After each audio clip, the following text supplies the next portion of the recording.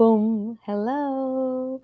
Welcome to the fourth Lunar Conversation in a series of 13 to celebrate this album, 13 the 13 Lunar Meditations, Summoning the Witches.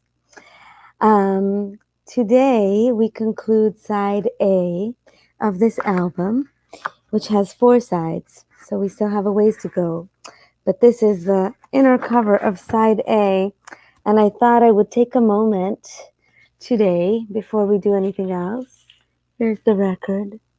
See through it.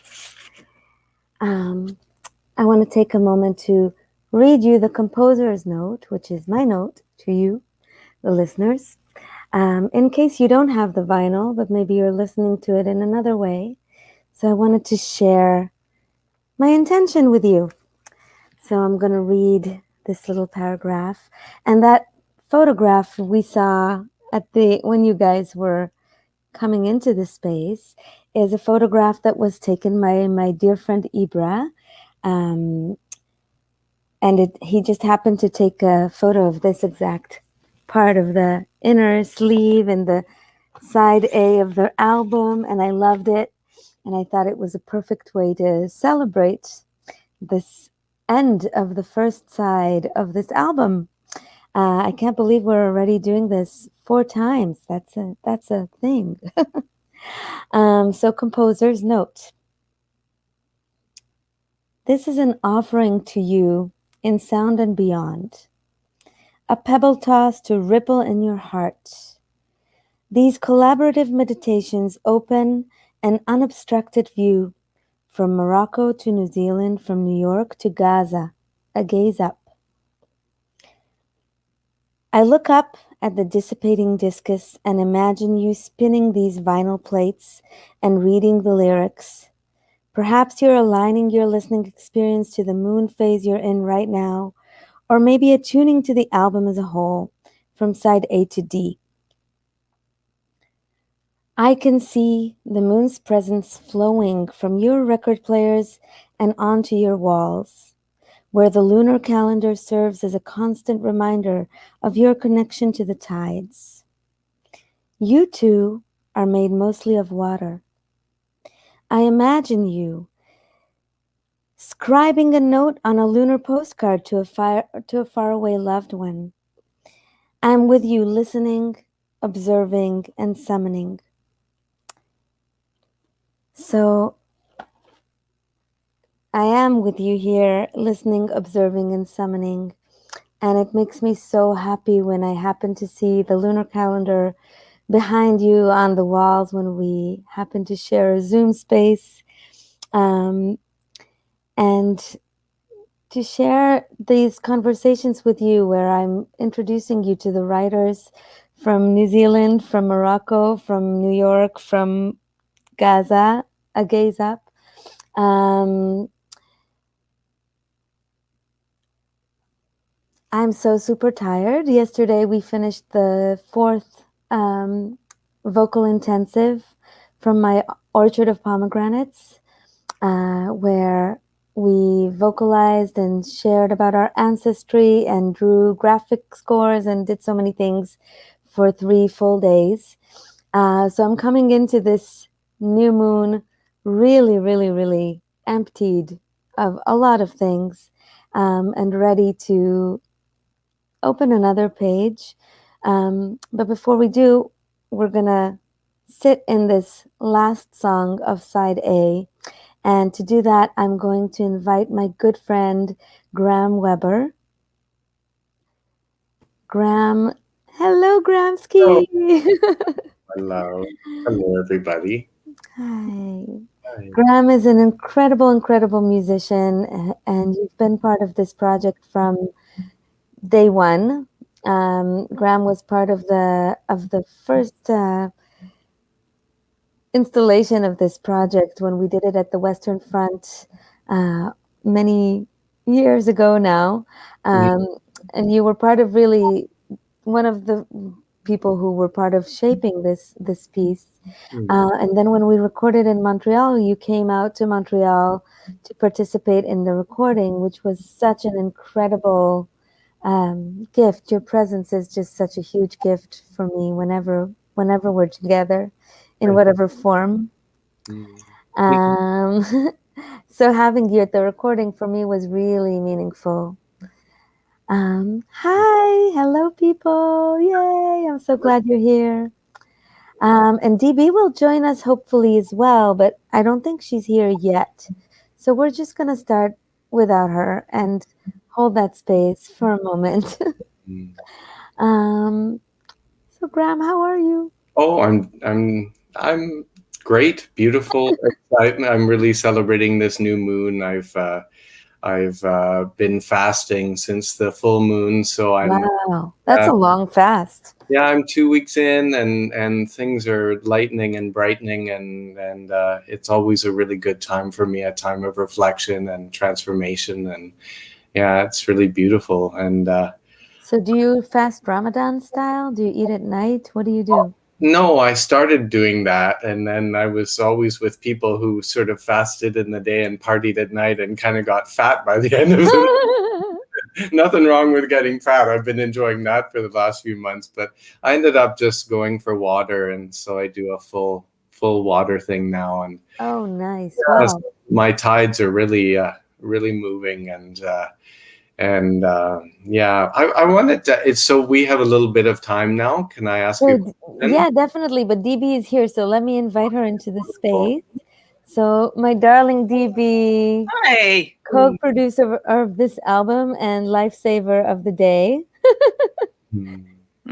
You helped me so much today, and I really thank you for that. No problem.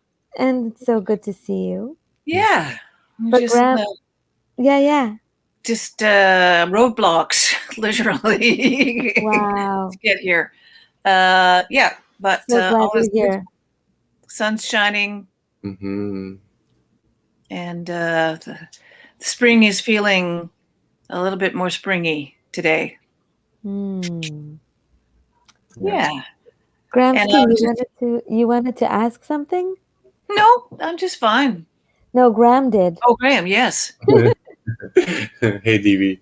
So I wanted to ask you, because it's interesting that this side is what did you say? It's a birth of ancient wisdom. Oh, yes, I forgot to mention that. So we named every side of the album. You're right.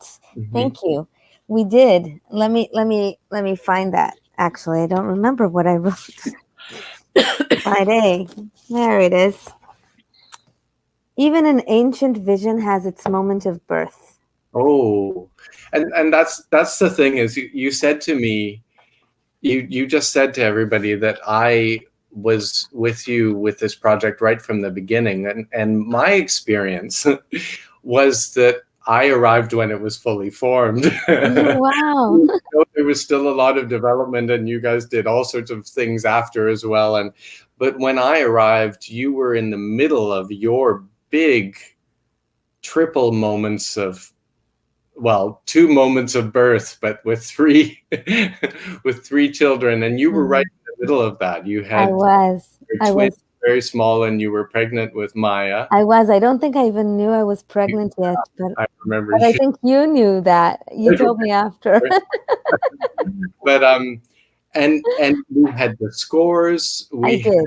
Yeah. all of these people all involved and all knowing what we were supposed to do in order to rehearse and everything.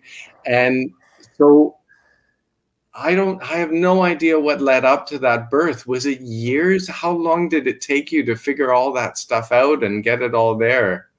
And arrived, did the music just come? Like, what happened? How did that happen? I mean, it started when I was pregnant with the twins, and I had this. I was on bed rest and very isolated. And then I kind of reached out to some friends, and I called that email summoning the witches, or summoning my witches, and their responses really filled me up.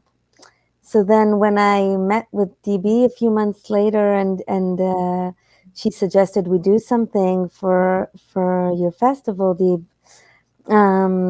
then that kind of was on the front of my mind, that experience. And I'm not sure why I thought about the moon. I think it was probably because of my daughter Yasmin, who also has a song dedicated to her on the album. Because I really felt like I was writing it with her. Somehow in the conversation with DB over some Thai food on Granville Street, I think, or something, or Broadway, wherever it was, I was kind of brainstorming ideas with you, and the idea of doing something for my quintet and DB's choir came together. And then it was really just kind of, I sent out an email to women I love and admire, and I tried to get as diverse a group as I could from many perspectives, from age perspective and profession and ethnicity and all of that. And then I got a really interesting collection of texts. And I started reading through them, and some of them came together as a full piece, like the one we're going to hear today, and some of them, like some of the pieces on the album, are kind of a collection of texts. They're not necessarily one text. And some of them had to be edited down, like Traveler Woman, which is already such a long song, but the text is even longer still, and I had to trim it down to kind of flow as a song and not to be overbearing. So that was kind of my process, was to work with those texts that I received. And then the way I work, like as a composer, I just kind of envision things and think about them and live with them and play with them in my head and move shapes around. And then when usually it's like these moments of aha, like I get it, this is how it's supposed to go, and that's supposed to come before that, and this is going to be this and that. So that's what happened. And that's the scores that I've created. Hi, Mark. Going purpley Rajneesh today. Beautiful. Yeah, so those were the scores I created before coming in. And then I shared some of them with DB before we started rehearsing, and we kind of sat together to figure out how the choir works itself around that. So we were pretty well prepared, I think, coming in for you guys. Yeah. But still, everything changed another million times. Even in the studio and after the studio, things change. And even now, things are changing. Look at us. This is not a stage. Well, there was... Oh, go ahead. Oh, no, please, DB, please.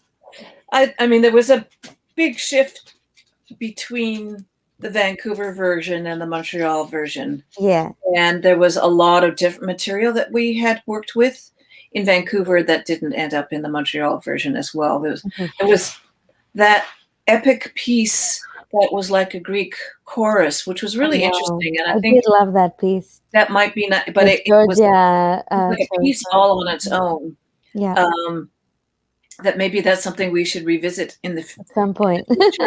But you know, what you came to in the end for what we did in Montreal, really, it was really quite succinct, and it was, you know, a huge amount of growth on your part to put all that material together. It was really all of these things have gestation periods, right? And they do take time and working of material. And I mean, I do have to say that we did work together pretty swiftly on both occasions. And that really, you know, I think it kind of makes for not holding on to an idea so hard and fast that you just, okay, and now we're going to work with this material. And there, it just kept it extemporaneous, which allowed for, I mean, because a lot of it is through composed, and a lot of it is improvised. And so I think that attitude of how we came together to just, let's work with this material, and to be nimble with it, really is one of the greatest aspects of of the collaboration, I think, you know. Absolutely. And Really? it kind of reminds me of something that Tupac said yesterday at the intensive. Tupac Mantila, who is a facilitator in the intensive, and he said he was talking about hands, but I'm thinking about working together, but he was talking about firmness versus tension. So you can be like you can have your stuff together and your thoughts composed, and at the same time not it doesn't need to imply tension. And I think that was the nice thing in working with you, DB, is that thing of at once like being planned out and staying fluid. Mm-hmm. And talk about fluid, Mm-hmm. I want to bring Laura in for a moment. Yes.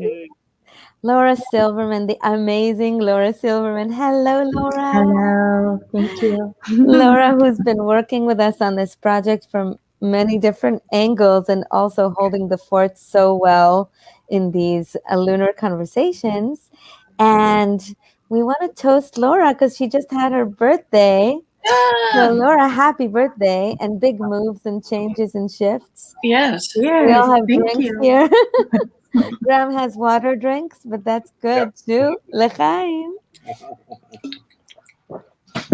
I And like also today, so we're closing side A, and we're celebrating Laura's birthday, and we're celebrating the new moon, and we're also celebrating and thanking the Canada Council for their support of this project, because we today sent in our final report for the grant that we got for this.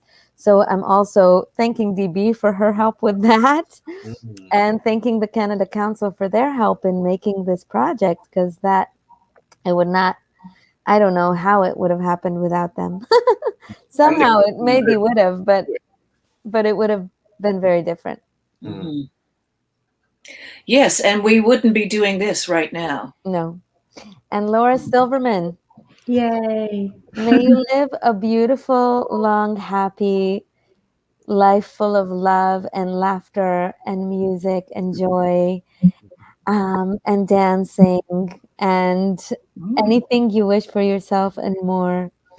And may you enjoy all the tides and all the all the waves and all the ins and outs and the new moons and the full moons and everything in between. And we love you so much. Thank you. Thank you. That's so nice. May we all get that this new year. And I'm so happy to be a part of this wonderful album and the event series, all of it. So thank you. Thank you for rocking so hard. L'chaim, Buba. Mm-hmm. All right. I'll go back behind the scenes now. Mwah. Should we bring in the writer's corner? Yeah. So I'll just set that up for a moment to tell you. So normally in the writer's corner, we have the writer actually like speaking a little bit more about their work and so on. This month, the writer is an amazing child who I love so profoundly. Her name is Bess Davies. She lives in Darwin, Australia. She's now about 12 years old. She wrote this when she was 8-ish. And we tried to get it together and it didn't happen. The video didn't happen I didn't get a video from her eventually. So we're just going to hear her beautiful little girl voice, reading her poem, and see some just a collage video that I made for her. So Bessie, if you're watching, I just want to tell you that I love you so, so much. And thank you for writing this poem, and being such an inspiration. Red Mars is Venus' friend. They can play together soon. The sun is Mars' kind mother. I see her in my room. Bum, dee-dum, dee-dum, ba-dee-dee-dee-dee. Bum, dee-dum, dee-dum, ba-dee-dee.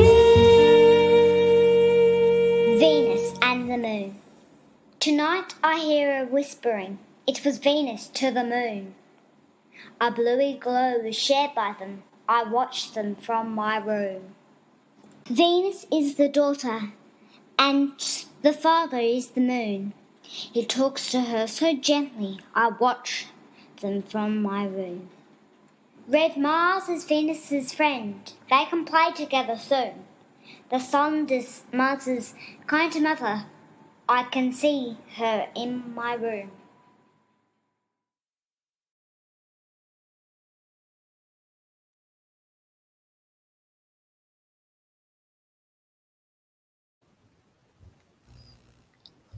Yay, Bessie. Awesome.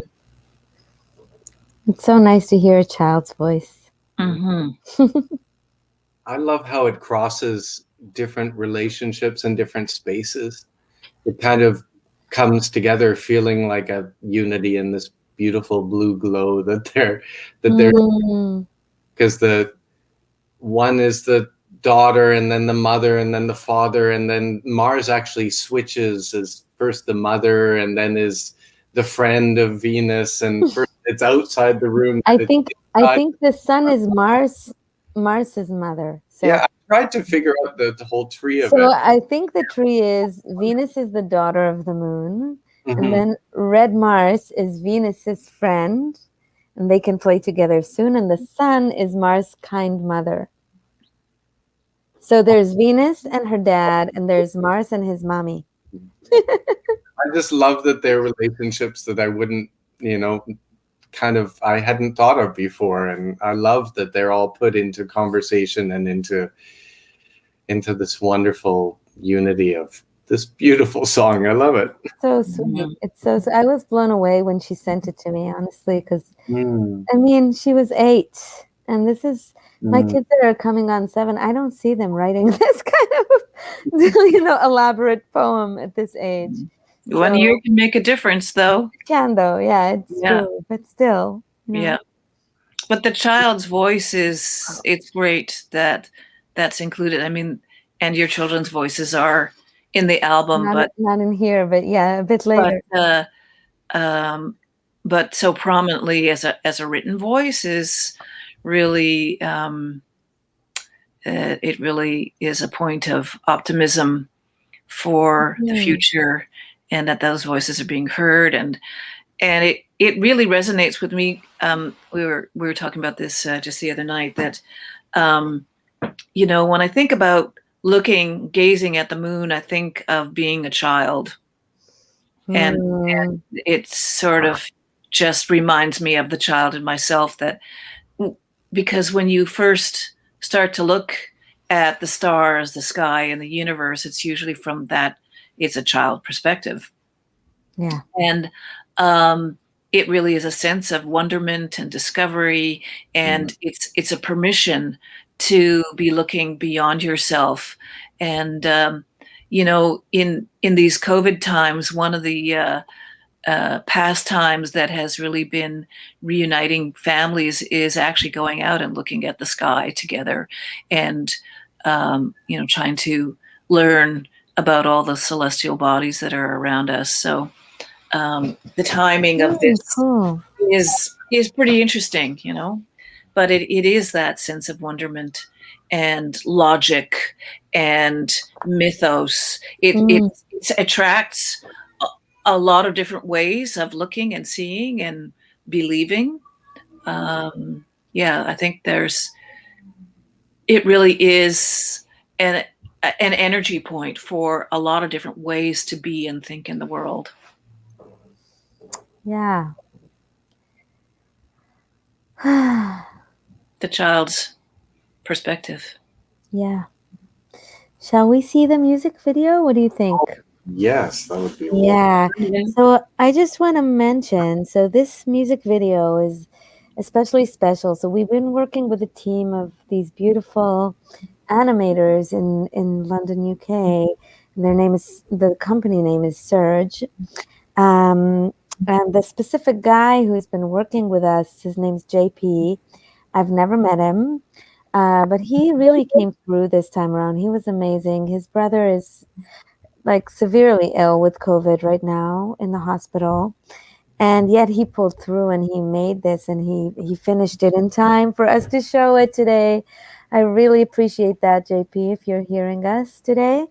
And this video is special because what we did was combine Sarit Evrani's artwork, who made all this gorgeous artwork for the project, and they've been working with her art to make these animated films or clips.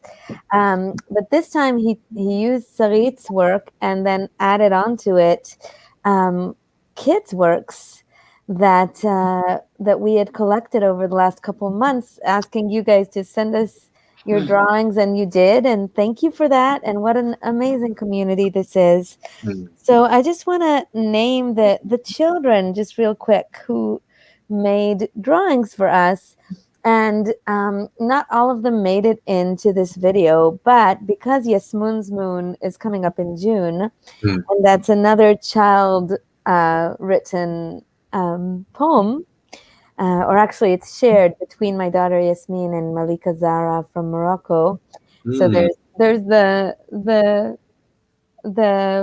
woman and the child both sharing that space, but there is a space for a child there. So I think we're going to use some of those drawings again for Yasmun's Moon so that they can have some more presence in these videos.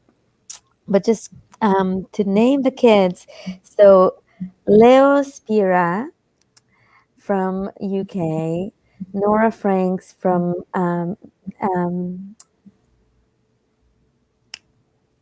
names of places, Vancouver Island, I'm sorry, Victoria, Kian and Viran Gal, also from BC, Oriane and Levi Katz from Jerusalem, Ruby Labry from Montreal, Maor Yasmin and Maya Levavi, my little people from Montreal, Jaden O'Dwyer from Montreal, and Zachary and Daniel Plaskett from Montreal. So all of these great kids made art for this, and I'm super excited to share it with you. So let's watch it.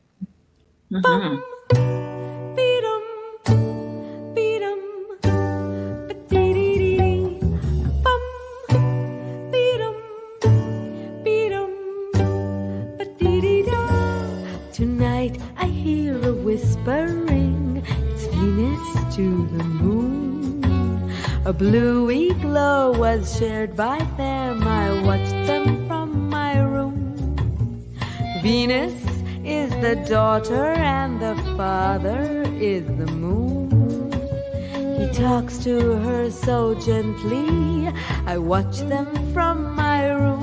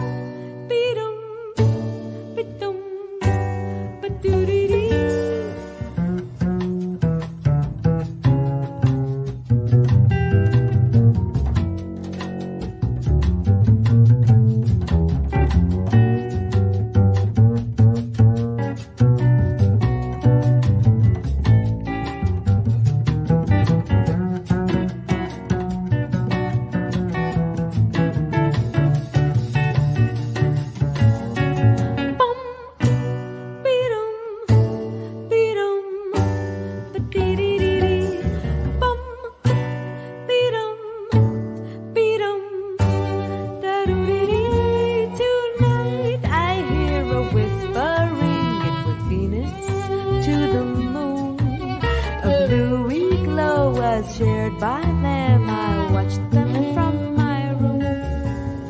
Venus is the daughter and the father is the moon. He talks to her so gently, I watch them from my room. Red Mars is Venus' friend, they can play together soon. The sun is Mars' kind mother, I see her in my room. Bum, dee-dum, dee-dum, ba-dee-dee-dee-dee. Bum, dee-dum, dee-dum, ba-dee-dee-dee. Tonight I hear a whispering. It was Venus to the moon. A bluey glow was shared by them. I watched them from my room. Venus is the daughter, and the father is the moon. He talks to her so gently. I watch them from my room. Red Mars is Venus's friend. They can play together soon. The sun is Mars's kind mother. I can see her in my room.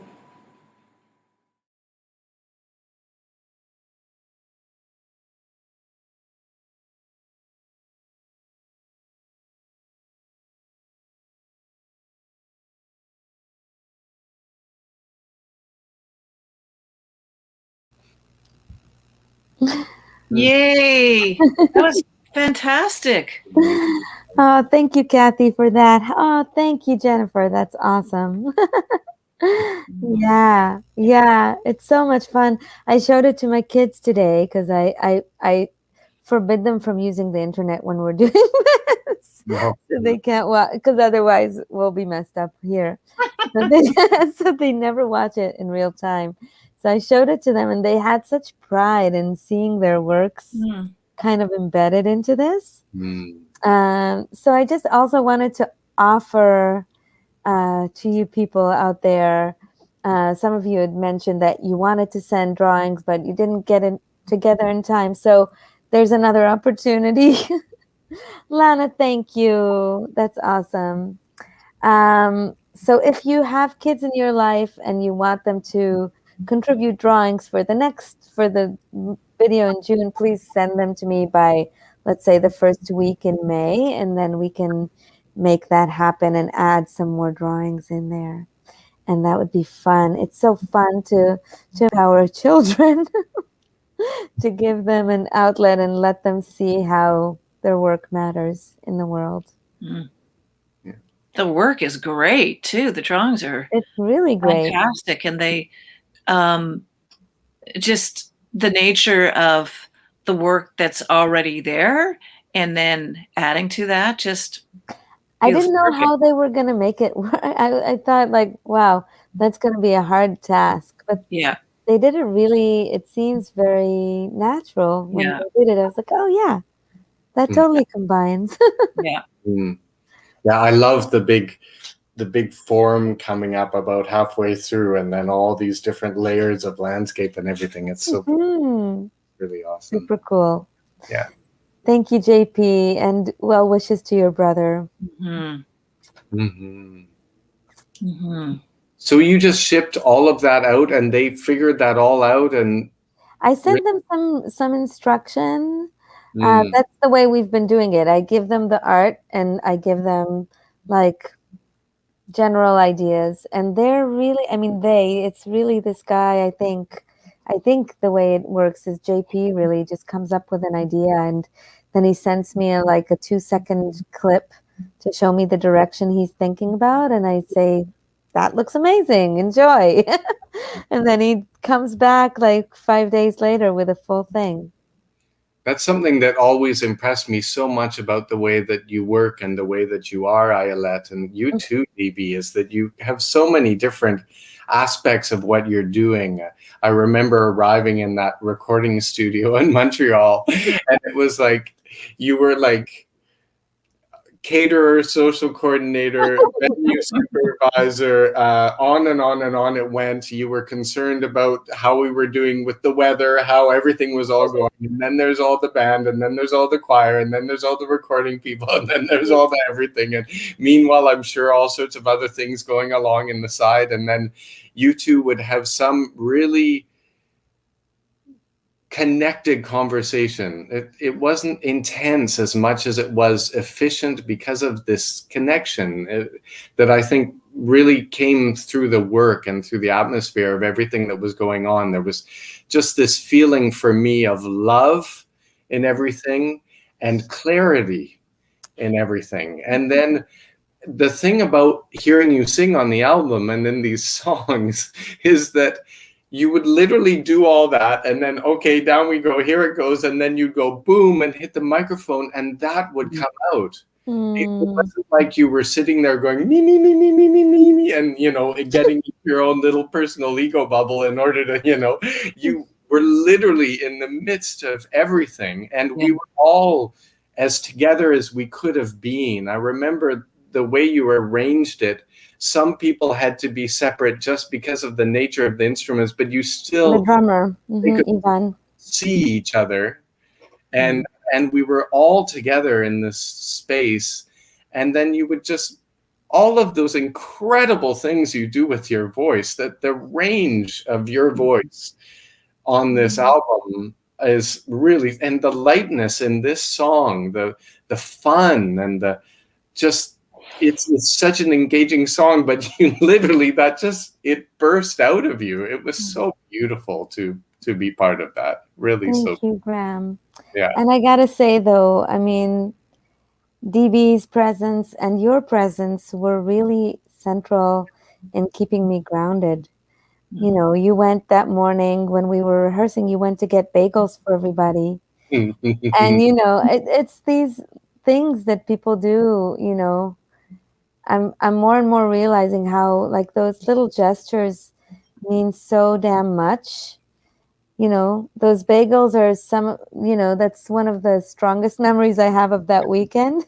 I don't think I even ate them because I can't really eat like that kind of thing before I sing. But just knowing that you were taking care of people and that I didn't have to do that in that moment, and that you were holding that, and you held a lot of spaces. I don't even know that you're aware of that, but you really did. You held a lot of spaces over that period of time. And just knowing that you're there for me was an anchor, was a grounding anchor, a big one. Anchor was in my mind a lot. What's that? Anchor was in my mind a lot. Was it? Yeah, but I'm saying that with you two, it allowed that to happen. It wasn't like we were running along the pavement, worried about the cracks and the holes we'd fall in.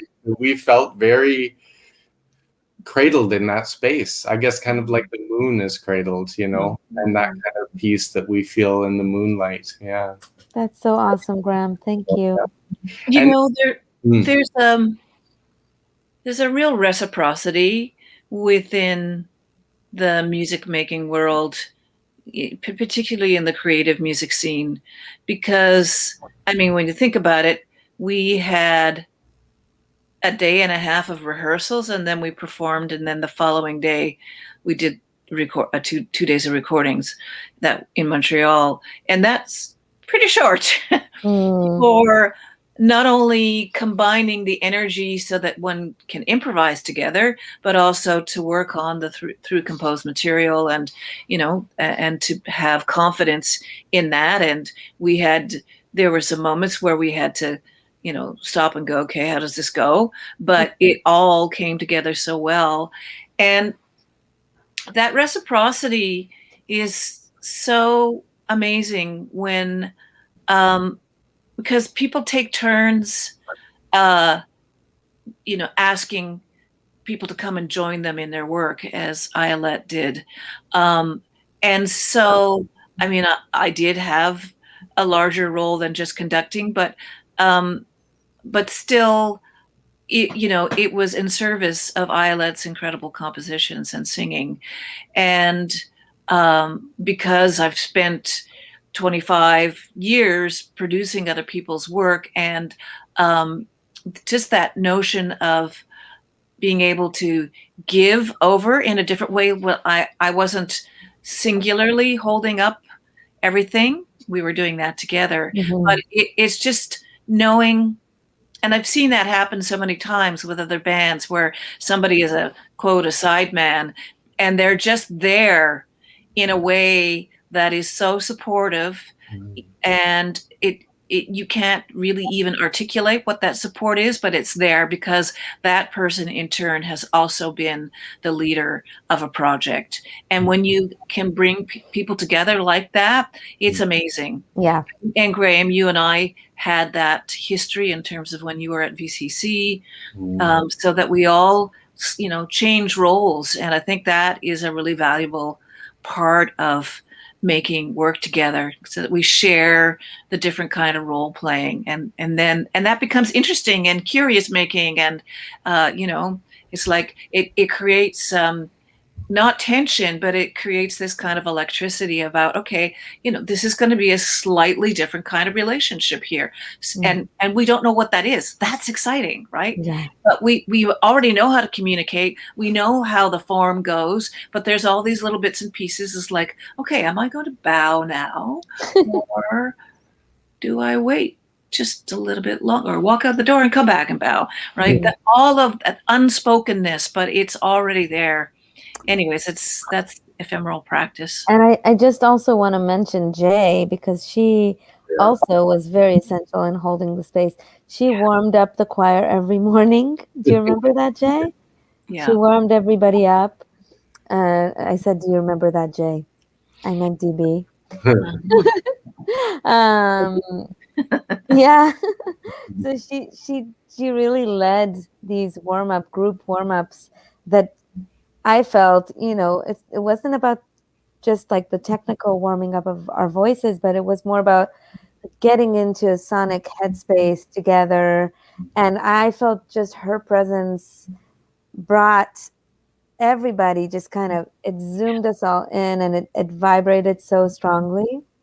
That really helped as well. And you talked about the difference between the Vancouver performance in March 2015 and the recording in Montreal in 2018. And I think part of the difference was in between I performed it in New York with Jay for the first time, and I composed a bunch of other music for that gig, which a lot of didn't make into the album either. But that, bringing her into the mix really shifted the project. She's a very essential part of it. It was very subtle, it was more obvious in terms of warming up the group, and it was so nice for somebody to just step in and go, okay, I'm just going to lead this part here, right? So that everybody's comfortable in leadership when there's a moment to step in and then step back and not try to control anything, but just offering up. And that was spectacular. And there were a couple of moments, I can't even remember what it was, but when we were in the studio and it was just like, okay, is this balance working? Sonically, is it, working? And there was these intangible things where Ayelet and I were kind of looking at one another, and she just at some very, little moments would just offer in little tidbits that were so helpful. I can't remember what they were, but I just knew that she knew exactly when to just offer up a little tiny bit of advice that just kept our confidence going. And so that was fantastic. Yeah. I want to watch Birdie now, if that's okay. I know we were planning to watch it a little later, because I also want to ask Graham about something, and I want to do it after Birdie. So let's watch The Bird and her month in preview. Yes.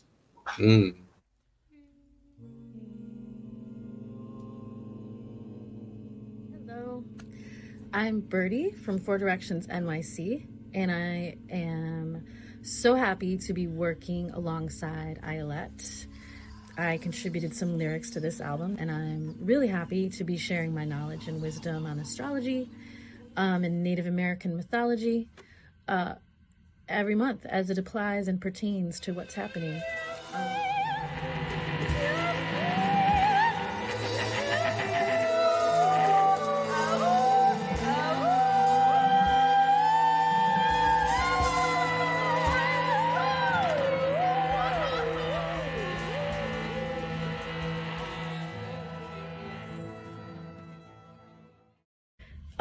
One thing that's great about this new moon is if you've been feeling sort of like unmotivated or not inspired, lacking confidence, there's going to be an abundance of that energy with this new moon.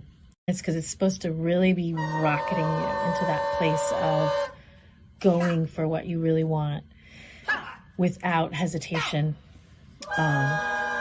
and with the proper energy, with the right amount of fire to do so.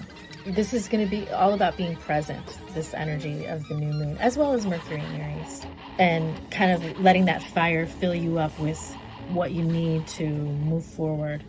The energy that we have coming in on April 14th is Venus in Taurus. And this is a really nice placement because Taurus is native to Venus. So it's an easy placement.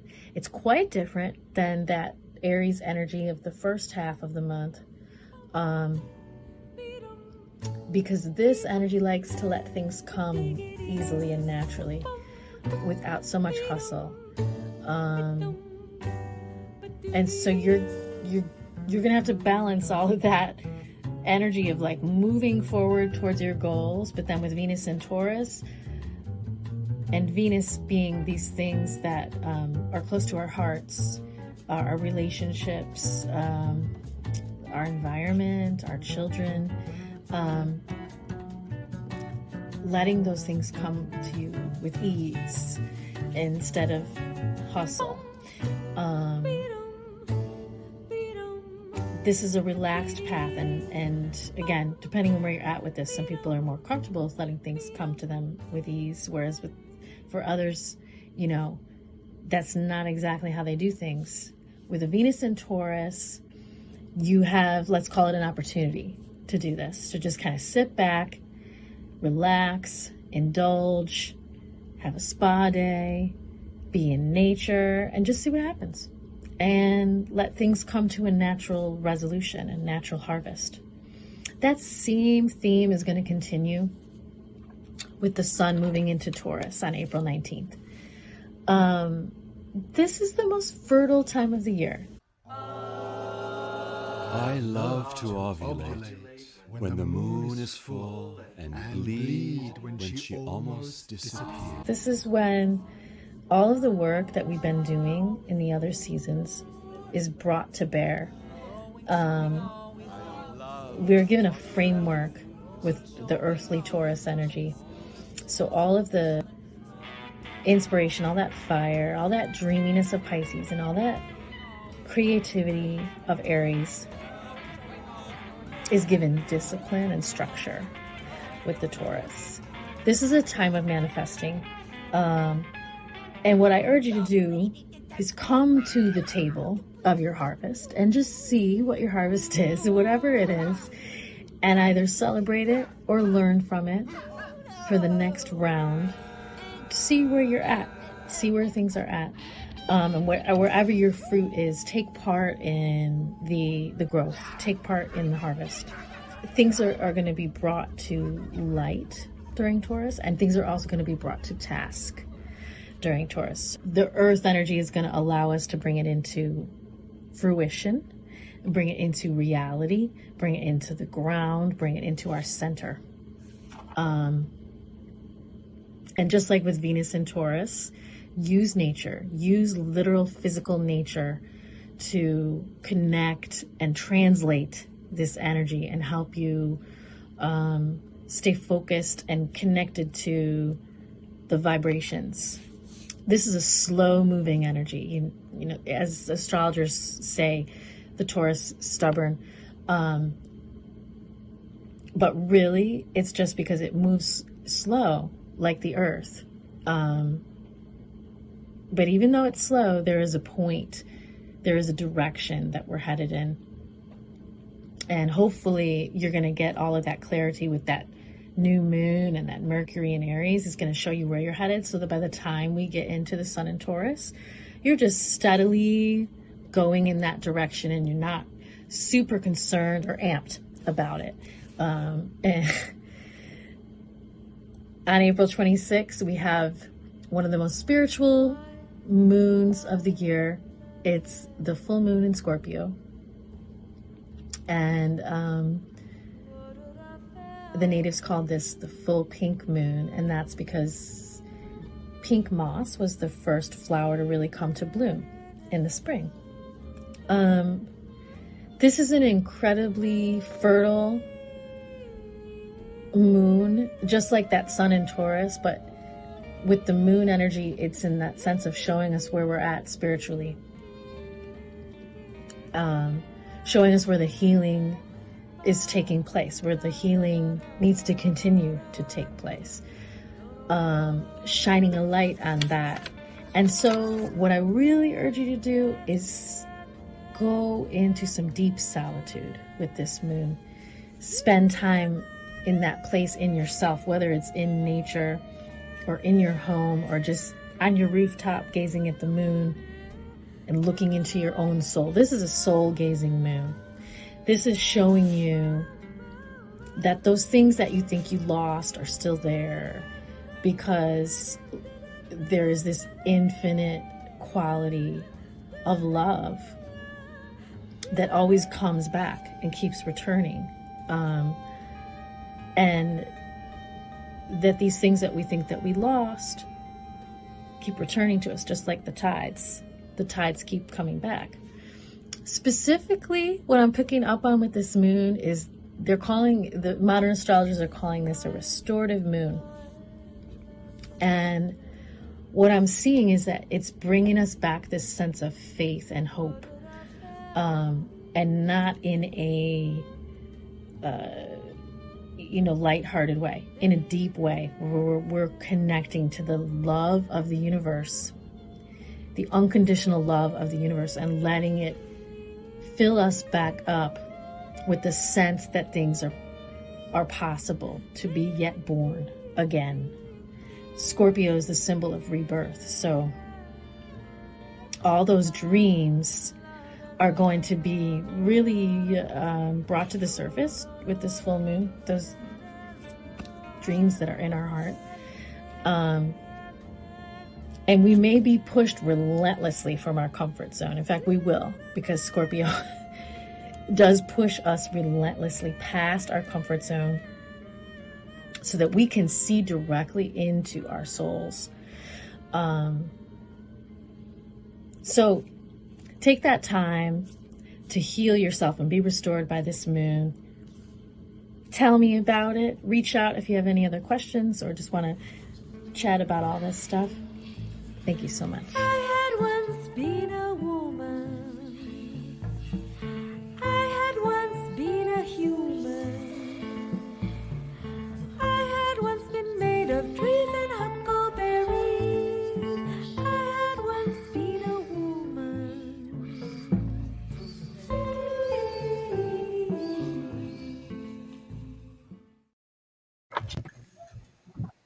I just love that so much. The restorative moon. Oh, hi, Joyce. Yes, thank you. Yeah, the restorative moon, the soul-gazing moon with the infinite quality of love. And I love that she said to celebrate our harvest and take that with us into the next round. And that just felt super appropriate for today. We are celebrating our harvest, and we're looking at, it's kind of this milestone of finishing this side and saying, acknowledging that and acknowledging the path that we've been on. And I just want to say, because I don't think I did, the way we divided the album is the first side was the birth of the moon, and now we're flipping the vinyl to start the full moon side, which I'm really curious to see what that will bring. But I'm feeling that in a lot of ways in my life right now, that finishing a first stage of something and stepping into the next one. And I wanted to say to everybody about Graham, because we haven't really said much yet. There's so much more to say, but Graham is an incredible musician and pianist, and ukulele player and improviser of song and heart person. And I really, really suggest you go and find his Instagram page. Laura, maybe you can pop that up, and listen to whenever I come across a Graham moment, because you spontaneously go live and share your heart with everybody. And And those are so precious, those videos that you make. They're just incredibly beautiful.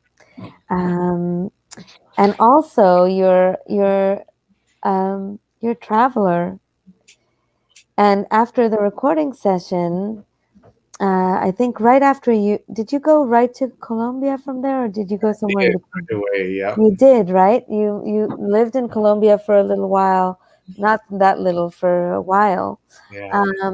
And before you left, you had with you some objects, and you left them with me before you left Montreal. Yeah. And two of them stick out in my memory right now, and they had incredible stories.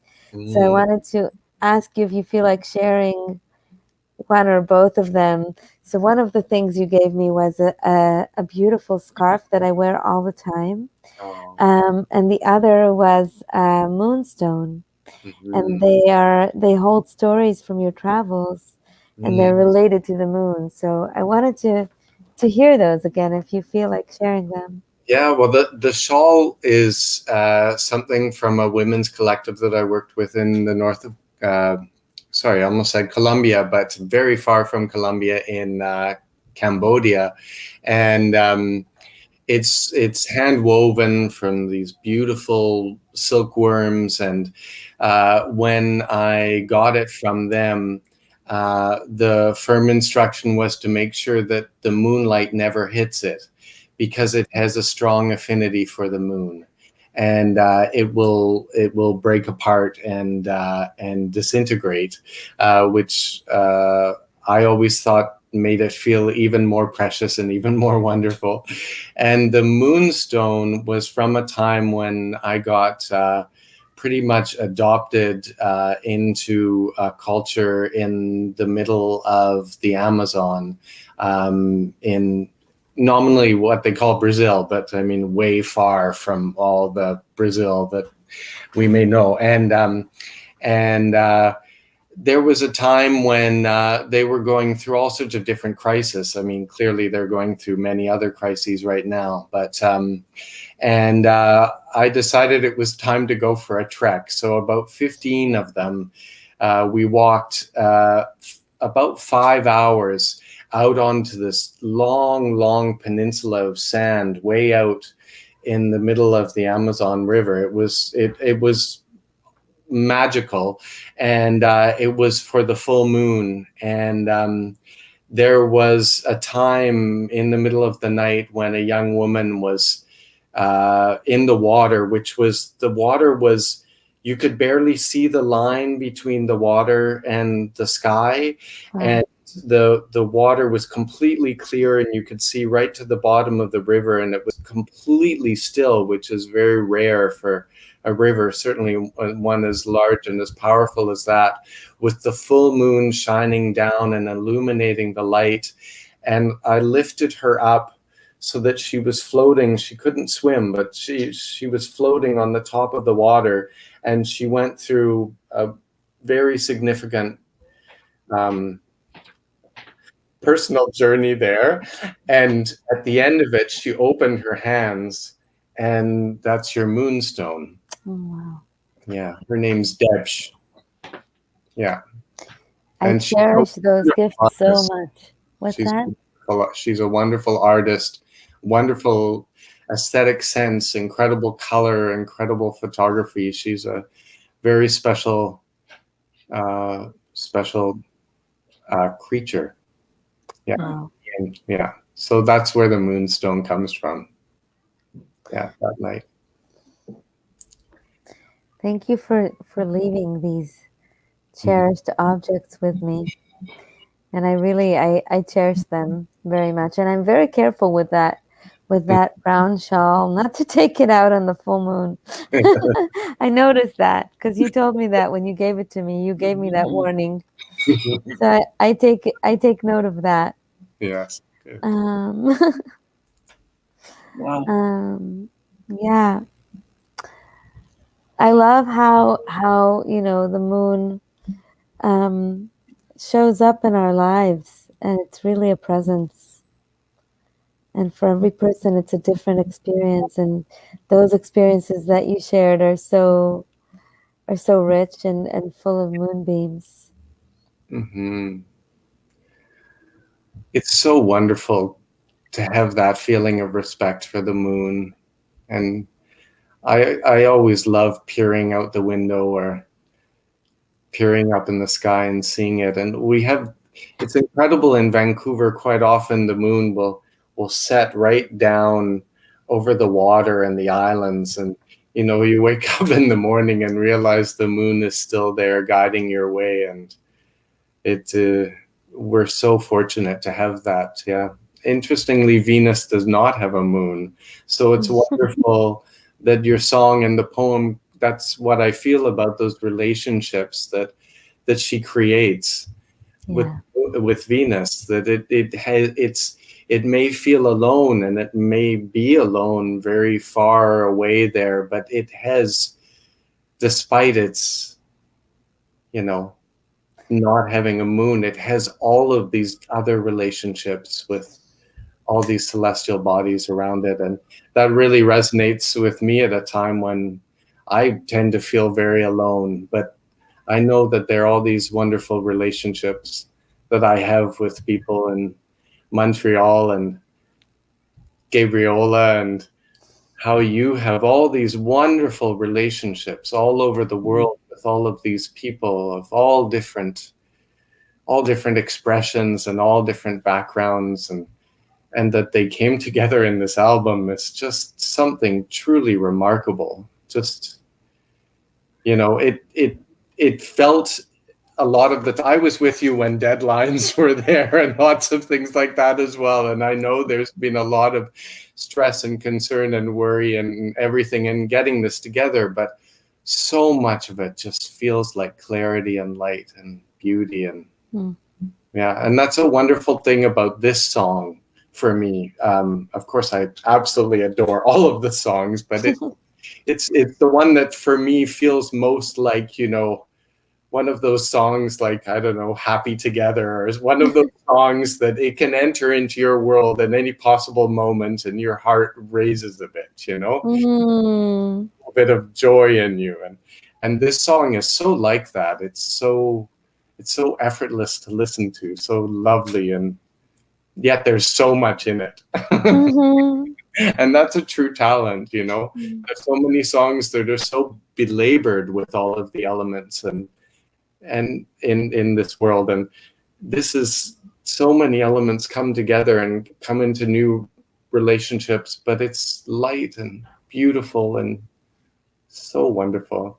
I love it. I love you. Thank you. I love you so much. Wow. I love you so much. I'm so glad you're here. And DB, oh my gosh, this was a perfect evening for this day. I felt, Birdie said, take a spa day. And I really heard her. I was like, I need one of those.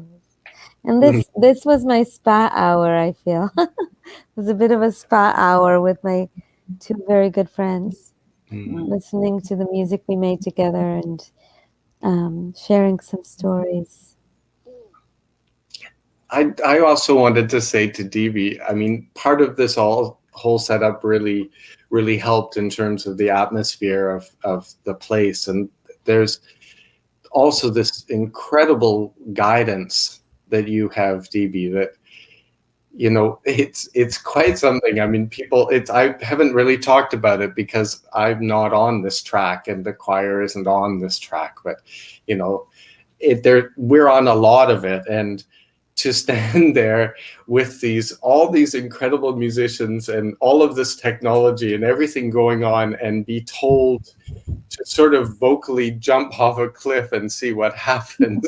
I mean, literally, because literally you get a hand gesture and, there's no forethought. There's no planning. I'm going to go beepity pop pop this time. There's no